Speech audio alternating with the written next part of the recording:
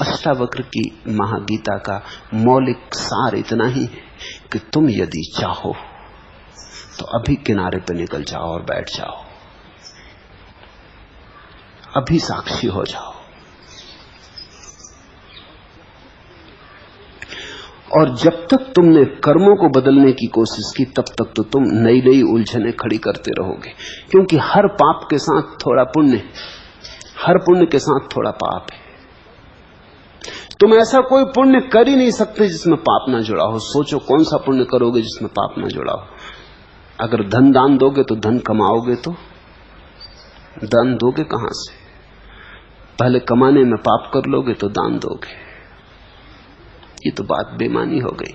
मंदिर बनाओगे तो किन्हीं झोंकों को मिटाओगे तभी मंदिर बना पाओगे। किसी को चूसोगे तभी मंदिर खड़ा हो सकेगा। ये तो बात व्यर्थ हो गई। ये तो पुण्य के साथ पाप चल जाएगा। तुम अच्छा कुछ भी करोगे तो थोड़ा ना बहुत बुरा साथ में होता ही रहेगा।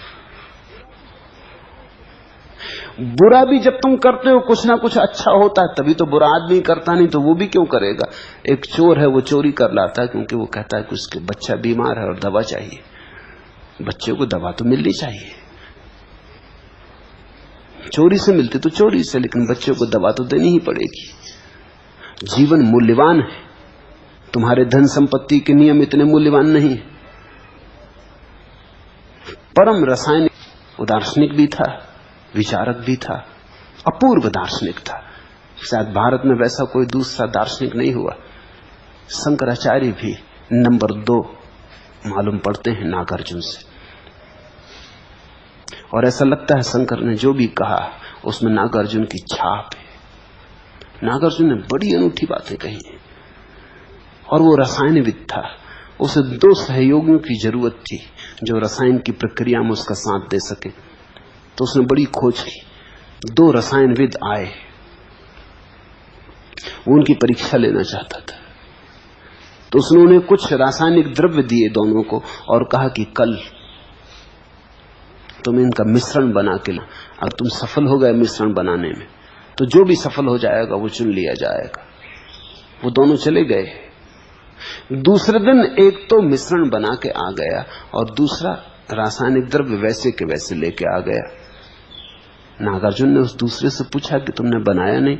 उसने कहा कि मैं गया, रास्ते पे एक भिखारी मर रहा था, मैं उसकी सेवा में लग गया, 24 घंटे उसको बचाने में लग गए, मुझे समय ही नहीं मिला। और ये जो प्रक्रिया है इसमें कम से कम 24 घंटे चाहिए, इसलिए मुझे क्षमा करें।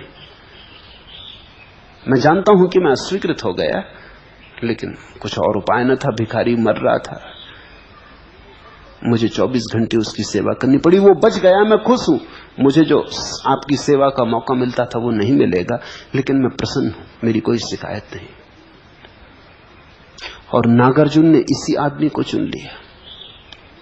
और नागार्जुन के और दूसरे सहयोगी थे, वो कहने लगे कि आप क्या कर रहे हैं, जो आदमी रसायन बना के ले आया उसको नहीं चुन रहे। नागार्जुन ने कहा जीवन का मूल्य रसायन से ज्यादा है। रसायन तो ठीक है, मगर जीवन का मूल्य, इस आदमी के पास पकड़ है, ये जानता है कौन सी चीज ज्यादा मूल्यवान है। बस यही तो रहस्य, सार और असार में इसे भेद है।